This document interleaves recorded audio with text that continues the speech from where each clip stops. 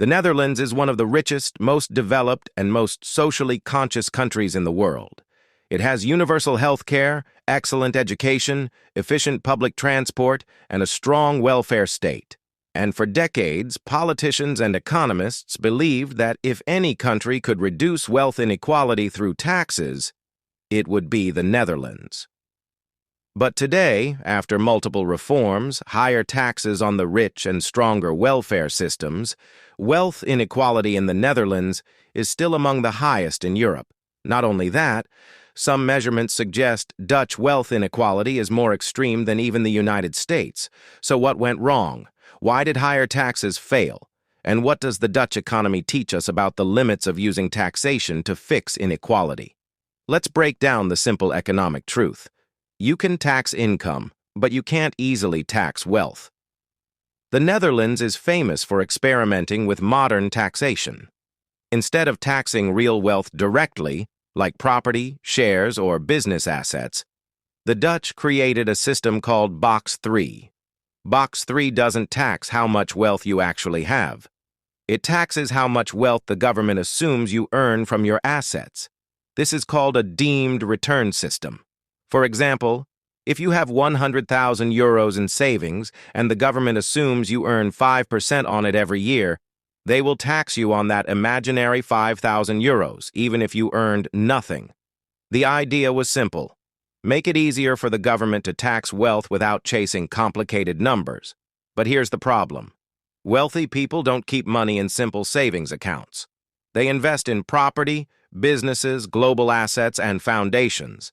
These assets grow faster than the assumed return.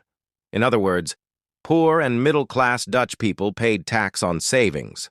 Rich investors earned huge returns on real estate and business assets and paid much less tax than expected. The system meant to reduce inequality actually helped inequality grow. The Dutch government tried to tax wealth, but wealthy people shifted their money into areas the tax system couldn't easily measure. The biggest example? Real estate. Dutch property prices have risen dramatically for 20 years, but property investors can reduce their taxable value by declaring lower market values, using rental discount formulas, moving homes into private companies, leveraging mortgage structures. So two Dutch citizens might own homes of equal value, but the investor pays much less tax than the regular homeowner. The result? The Netherlands became one of Europe's largest landlord economies. Young people struggled to afford homes. Older and richer families saw their net worth explode, yet on paper, taxes look high. In reality, wealth keeps growing untouched. Many people assume just increase income tax, problem solved. But wealth inequality doesn't come from salary, it comes from assets. And assets don't pay salaries. Assets create money without work. You can tax, checkmark, salary, checkmark, bonuses, checkmark, overtime, checkmark, small business income, but you cannot easily tax.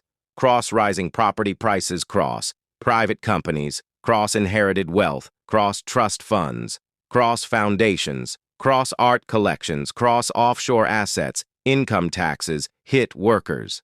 Wealth taxes require tracking complex assets that move around the world in seconds.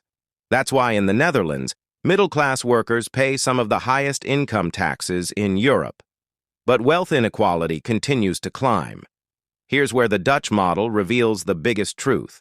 Most wealth inequality comes from inheritance, not income. In the Netherlands, over 20% of millionaires did not earn their wealth. They inherited it. Rich families transfer assets through trusts, real estate, and corporate structures.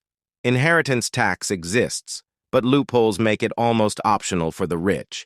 If you inherit a home, a business, a stock portfolio, your wealth grows automatically. The Dutch case proves something uncomfortable. You cannot reduce inequality by taxing income when the real source of inequality is inheritance. This is why even countries with high taxes fail to shrink wealth gaps. Here is where the Netherlands becomes a global case study. The Dutch economy shifted from traditional production to financial production. What does that mean? More wealth now comes from real estate equity, private companies, international corporate structures, investment funds. Less wealth comes from working manufacturing physical labor.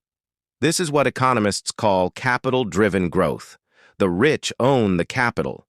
Capital produces money faster than wages grow. So even if wages rise the Netherlands has one of the biggest pension funds in the world. Its pension system manages trillions in assets, more than the entire Dutch economy. But here's the twist. These assets boost national wealth statistics. But the wealth doesn't belong equally to everyone. People with stable jobs and long careers benefit more. People with unstable work, low-income work, or immigrant backgrounds benefit less. So pensions, which should reduce inequality, can accidentally increase it. Housing is where Dutch inequality becomes very visible.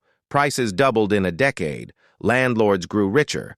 Renters became poorer. The government tried rent caps, housing associations, investor taxes. But these didn't fix the root cause. There are not enough homes, and when something is scarce, the wealthy capture it first.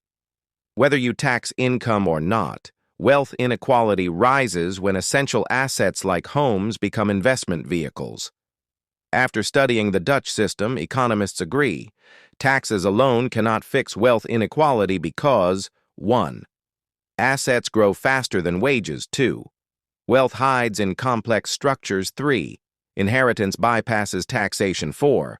Housing scarcity pushes prices up, 5. Capital outperforms labor in modern economies. This is not just a Dutch problem. It's global, it's structural, it's mathematical. The Dutch experiment shows that even with good intentions, modern tax systems cannot keep up with wealth growth. The Netherlands didn't fail because it taxed too little. It failed because it taxed the wrong thing. You can tax income all you want.